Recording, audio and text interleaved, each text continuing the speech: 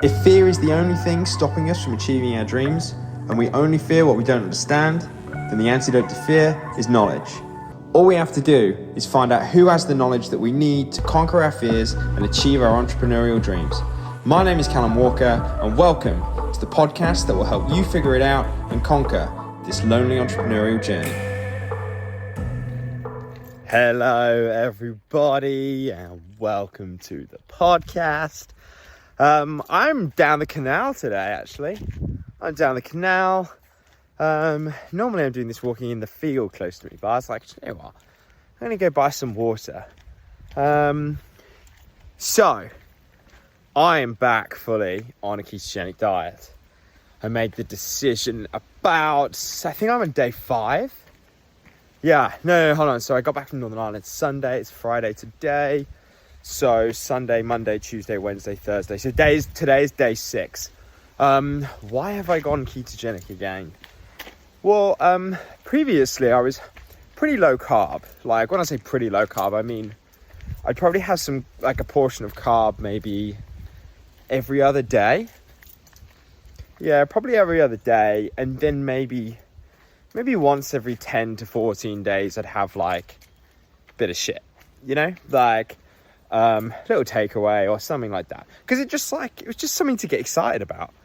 But this has always been my strategy for me that like right now, probably about 6 weeks away from fully like launching my founder membership for my membership properly. So I've got a lot of like plates to spin. You know, I've really got to ramp up my social media presence. I've really got to like, you know, ramp up the creation of my lead magnets, get my funnel all in line, really kind of ramp up my creativity and really be operating at my highest level. And the ketogenic diet has always allowed me to do that. And I can definitely attribute to that now. Why was that not kind of serving me beforehand?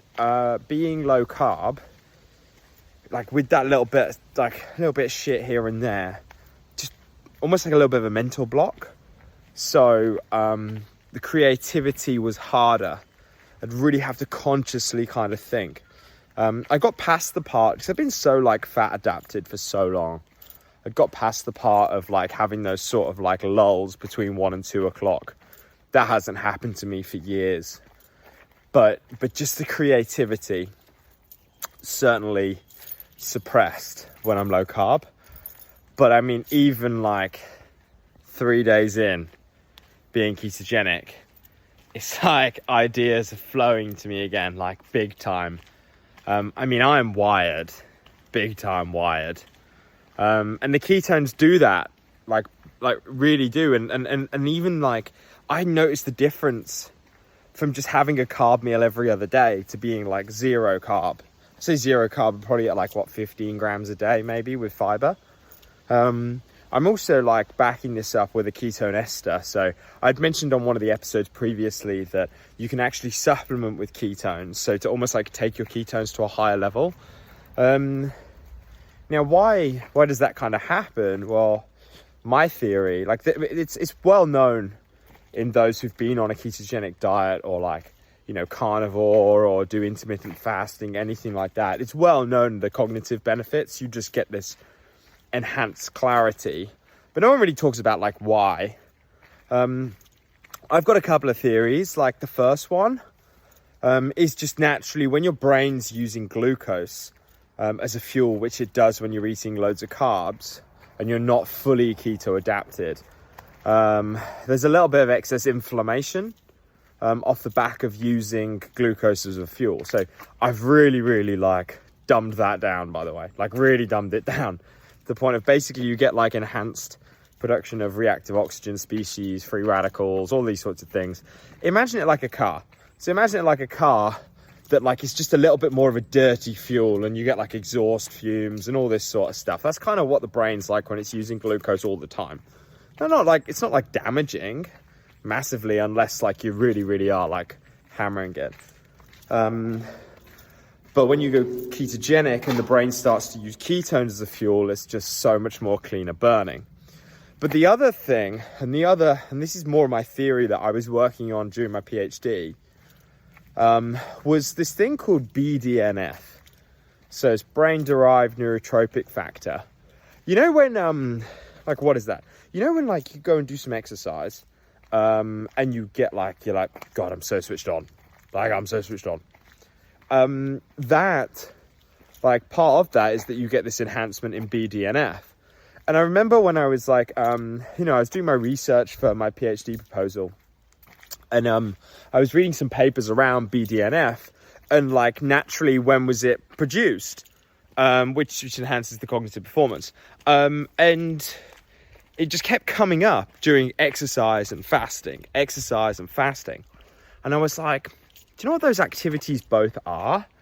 They're ketogenic activities. That even if you had an athlete who's eating 1,000 grams of carbs a day, if they go for a run, they'll be in ketosis. Like, the body will produce ketones. And then the same when you're fasting, the body produces ketones. So I put 2 and 2 together and was like, right, I'm going to go and, like, research this a little bit more. And what was really interesting was that, like, that the ketones enhance the expression of BDNF, which enhances cognitive performance. But what was even more interesting was that BDNF increased the brain's ability to use ketones. So it's kind of like a bit of a positive cycle where you're like, more ketones, more BDNF, which means more ketones, which means more BDNF, which means more ketones, which means more BDNF.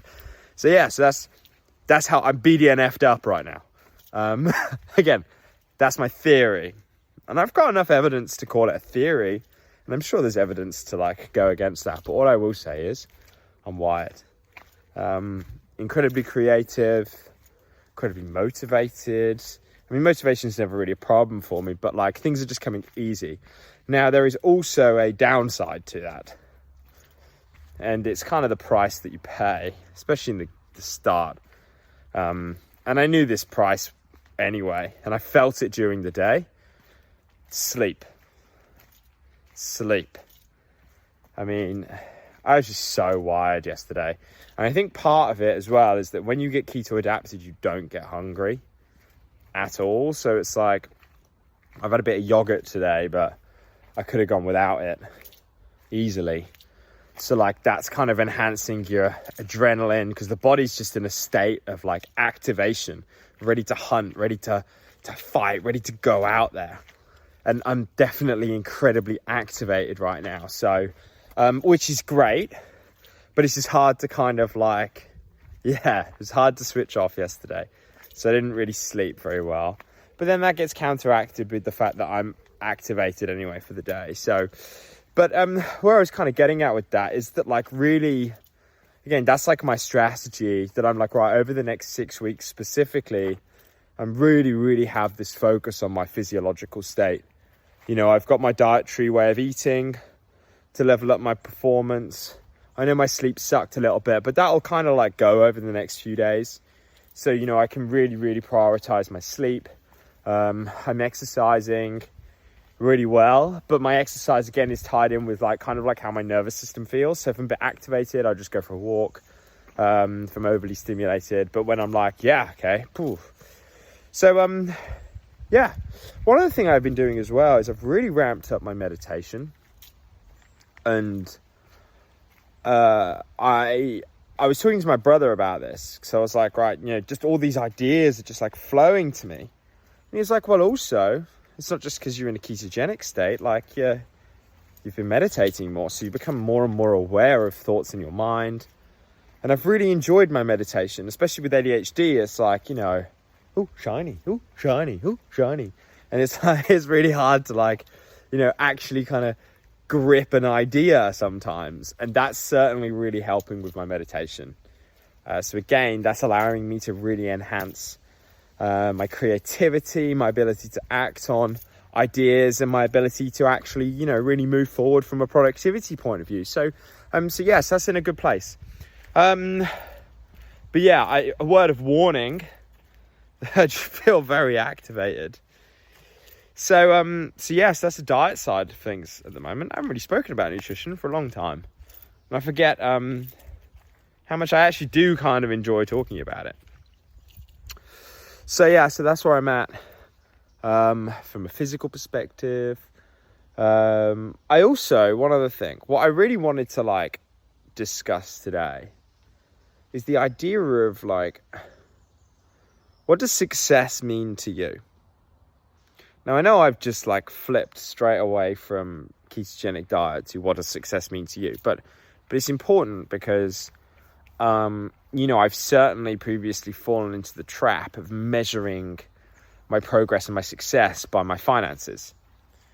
And don't get me wrong, it's a very important metric. Very important metric.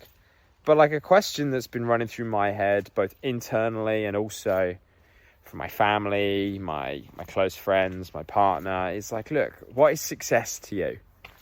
And I really, really have like had that open up to me and make me really aware. Like my brother's been reading this book called Ikigai. I need to read it. He's basically saying like that your search in life should be to find your Ikigai, which is like your flow state, which I believe is exactly what like your soul should be doing. And for me, I'm like, this process is my Ikigai. This process, this business is it's not just the business from a financial point of view, but this is my life's work. Like, this is success to me. That I'm literally just like my job is to just talk about what's going on in my life and talk about the lessons that I've learning and help other people succeed. And that's become so much more apparent to me just over these past 3 days. I mentioned on the last episode that, I had six hours worth of calls back to back just with clients who were just amazing and just like, Sam's reversing diabetes, I've got all of my other coaches who are just like, I'm really kind of moving forward on, the stuff that I know that I should actually be doing. So that's just really like, provided me with so much fulfillment, excitement, clarity as well. And then the other thing, I got this beautiful message today. Sorry. There's loads of mud down here, down the canal. And of course, I've got my white trainers on again. Really clever. But yeah, I had this beautiful message come through today. And it was from a client who I worked with when I was fully practicing as a nutritionist just over 2 years ago. And he messaged me. He was like, Callum, I just want you to know, I've maintained my weight and I had some blood tests done and there is zero risk of me being diabetic. Bear in mind, when I met him, he'd just been diagnosed with diabetes and just sent me this beautiful message of like, I'm so grateful for the inspiration that you were. I was just like, oh my God. Like, it's just allowed me to really appreciate the impact that I've had on people's lives. And that's not to kind of gloat or whatever, but I want to share that to you. Like, appreciate what you're doing. Like, you're doing life-changing work. And we can almost get caught up in the weeds of like measuring our progress and our success by how much money we're making. Like, oh, everyone else is making so much money than me. Like, I get it, because like, that runs through my head sometimes. But then I'm like, but look at the impact you're having. Look at the lives you're actually changing. And when you actually really see the impact you're having on people's lives, that's your Ikigai. Because you're like, yeah, this is cool. That's really cool. And actually my job is to find out how to do more of that. So if my job to market and to sell, it's to just figure out more ways to help more people. And you're like, yeah, this is cool. So, I have a task for you. I would love you to, instead of focus on everything you don't have and focus on how shit you are, I'd love you to go through all of your testimonials, give them a watch. Go through, if they're like written out, the text messages. Have the conversations with the clients who really are successful and whose lives you really have impacted and that are at a place where they wouldn't be if you'd have never crossed paths. Because I guarantee there's at least one person. And you'll probably find out it's so much more. So, again, I think The question we have to constantly pursue is like, what is success to us? And success to me is being in this flow state, just being me, like keeping my soul happy, and just constantly making decisions that are good for my soul, that nourish the soul. I know I'm getting a little bit spiritual here, but the thing that I've always found is that when I've chased the outcome, it's ran away. When I focused on the process and got into that flow, money has found its way to me. So, and again, this is like a little quote that I got from Napoleon Hill's book, Think and Grow Rich. He was like, see money in the same way that you would go and date someone. What most of us do is like hunt it down like a rabid dog. So if I'm trying to, like, when I was single, if I was trying to like be desperate and just hunt them down, I wouldn't pop in their text message in their messages every single day, being like, do you want to go out with me? Do you want to go out with me? Do you want to go out with me? Do you want to go out with me? Yet it's like so many mentors kind of put that as like, yeah, that's your strategy to get clients. Sign up, sign up, sign up, sign up. Oh yeah, if you don't want to go out with me, it's because you don't want it enough. Like, oh yeah, come out with me and just like put it on a credit card. What? Like, no. Whereas actually, your goal is to get them to want to work with you. Your goal is to get them to want to go out with you. So if you can actually see your business in the same way that you would see dating, then yeah, then things become a lot easier. Like if you kind of look at like your Hinge or Tinder profile, does your Hinge and Tinder profile actually kind of warrant potentially like someone swiping right? Is it right? Yeah, it might be. Or swiping left. That's the same as like your Instagram feed. Is my Instagram feed like something that someone would look and go, yeah, I want to explore more? Or is it like, ew, ick? So yeah. So if you can actually see your business in the same way that you go out dating, then yeah. And like if you kind of look at it, that when it comes to dating, if I want to like, I got to be clear on the kind of person that I would want to attract into my life. Who is it that I would actually want to go out with? I don't just want to go out with everyone and anyone. Well, that's not what I would want to do. Yet it's like all of these mentors just say like, right, okay, basically the secret to you having success in your love life is just going to Wetherspoons every single night and picking up anyone and everyone. And yeah, you'll be successful. No. How does that end up?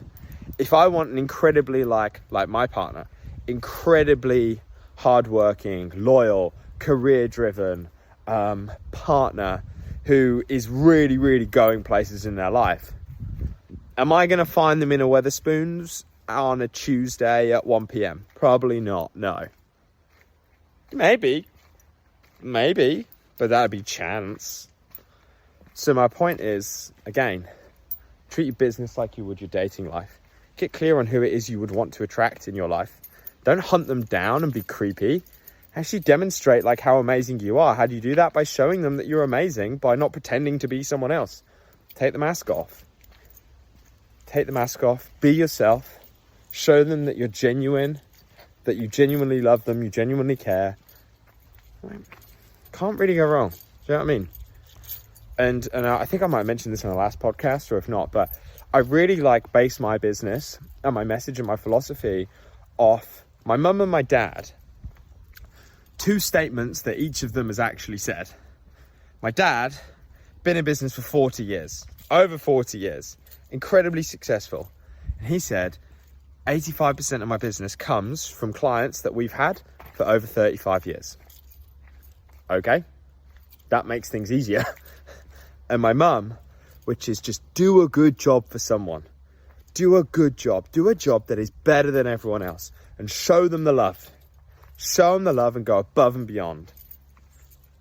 And I really, really do believe that if you can just operate from those two principles, like you're going to have so much success with your business. And again, by success, I don't just mean financially, I mean your ikigai, because if you've got clients who are with you for 35 years, like you want to be working with them. You want to actually make sure you like them, because otherwise you've got 35 years. So again, my point with that is that like if you're operating from that place and you've got clients who are staying with you for 35 years, you must enjoy it. You must like it. and you must be good at it. So yeah, lots of lessons today, lots of lessons. And unfortunately, this is actually going to be over 20 minutes, especially with the new intro. How cool is that, by the way? I am just